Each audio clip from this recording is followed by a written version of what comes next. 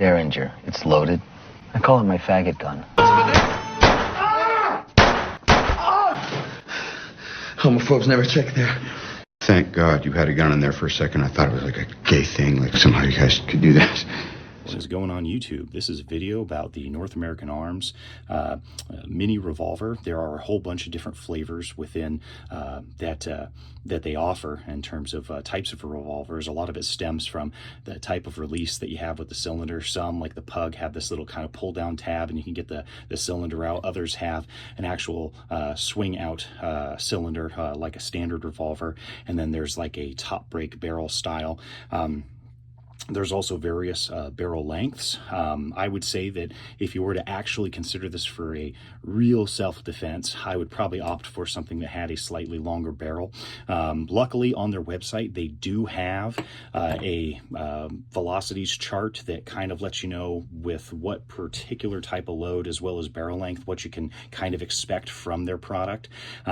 This, being 22 mag, hovers with a little bit more velocity around the low end of the spectrum, as 700 and change up to almost 1,000, again dependent upon what type of brand of ammunition that you use.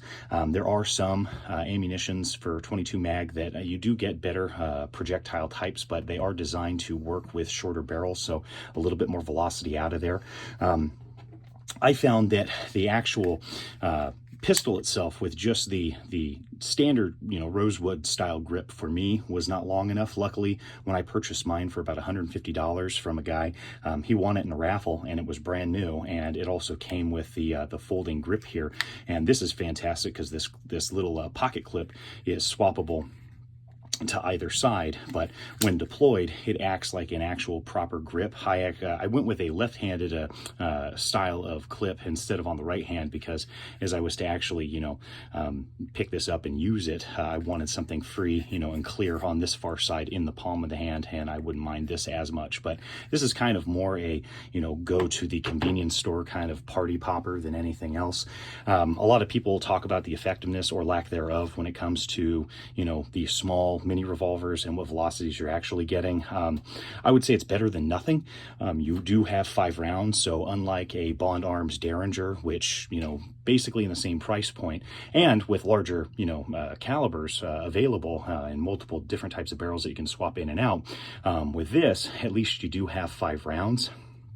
One of the downsides, and this is something that a lot of people will talk about, is it is single action. So for each shot, it's going to be, a pull of the hammer and, and then a press of the trigger in order to shoot. So if you have any kind of, nervousness, adrenaline's pumping and stuff like that, that may be an issue for a lot of folks. I know some people talk about the sights, but again, this is a pocket pistol, and more so of a novelty than anything else.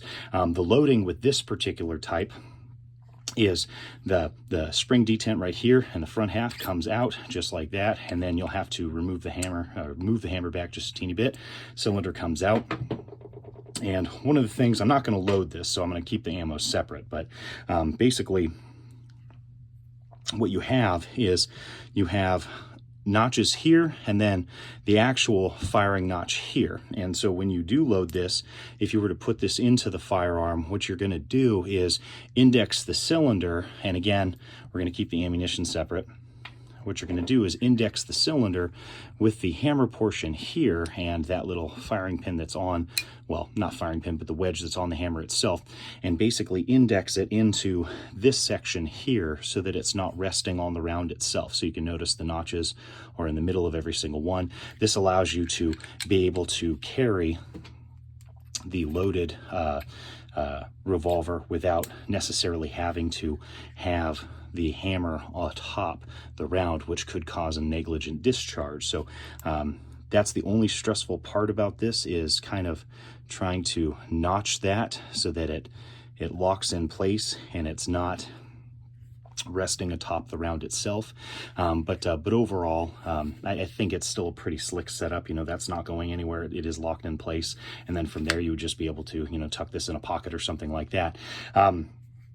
The other systems, I'm assuming is much of the same. I don't have any of those models with me, but to compare this for footprint, here would be a small 380. There's tons of different flavors of these. This is the Smith & Wesson Bodyguard, the first gen, with a little Crimson Trace laser there, or Insight laser or whatever. But anyway, for its footprint, you would get something semi-automatic. This does have manual safety, has a little laser and everything, but when we look at it fully deployed, you know, we're looking at something that's roughly the same footprint. So the excuse of, you know, well, I need something that's deeply concealable, I don't quite know if this is something I would opt for when I could carry this. You know, if you think about it in the perspective of, like, would I give this to my wife, my girlfriend? Well, you can't really give a gun to a girlfriend. My wife, my mother, my sister, you know, somebody, where I wanted to arm them and have them have a self-defense firearm. Would I trust, one, a rimfire cartridge, two, you know, a manually indexing, well, not indexing, but cocking single action revolver, and then three, the effectiveness of the round coming out of such a short barrel. And so, you know, all of that data kind of leads you more towards something like this over something like this, which is why I do think that these are more of a range toy. However, if you are an experienced firearms enthusiast, or, you know, regular EDC carrier of a firearm, I think that these can make for a fairly decent backup firearm. I mean, something is better than nothing. And I'll be honest, if the person is not mentally deranged or high and they're getting hit with these little screaming pellets, you know, that's probably going to be enough to at least to buy you some time to get away.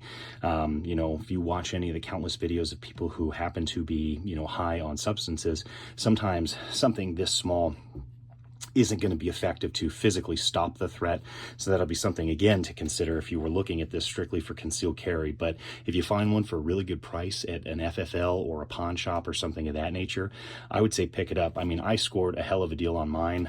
If you look at the prices now on North American Arms website, they're very proud of their product, and it is really well made. It's beautiful. Everything's nice and tight, and it's great. But at the same time, one of the struggles is with how much they're asking for it. I mean, the cost of some of the top shelf brand, models that they have rival some of the entry level revolvers that you could pick up in 357. Some, I mean, shit, I've even seen some, you know, 44 mag revolvers hovering within the same price point of some of their top tier models that they have on their website. So I think it would be more of this, like, passionate, you know, novelty, you know. So if you're really driven to buy something, let's say you're like a wheel gun guy, well, then yeah, it makes sense. Or if you happen, like me, find a perfect opportunity where you find something very affordable compared to what it normally costs, well, then yeah, I'd probably pick something up.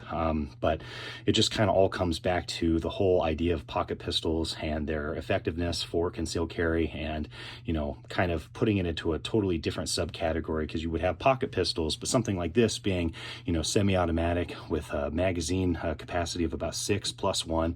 You know, I'm looking at 7 rounds total versus 5. In addition to that, I have the opportunity to reload this quickly, whereas this is going to take some time. So again, this backup gun category is literally a get off me gun. The last ditch, it's better than nothing. Loud party popper, so at least it's going to grab people's attention. God forbid anything happens to you. But again, it's one of those pistols that I don't know if I could advise somebody going out and actively wanting to buy these. If you got money to burn and you just want a fun range toy, these are awesome. These are really cool. I you know, just think that if you're buying stuff and you're trying to watch those pennies and you want something that you're going to actually carry, because I know a ton of guys that have one of these and they say they carry it, but it just gets tossed into the safe and they just pull it out every now and then to play with it. Truth be told, I don't think you're going to carry this as much as you think you would. I know I don't, but I carry it every now and then. But overall, it kind of just sits in the safe. So, you know, because I'm going to carry something like this, since it's profile-wise just as small, slips in a pocket, and I barely notice it either. But yeah, if you own one of these or you own one of the fancier models, I'd love to hear about it. Thank you guys for watching, and yeah, I'll get to you next time. Bye.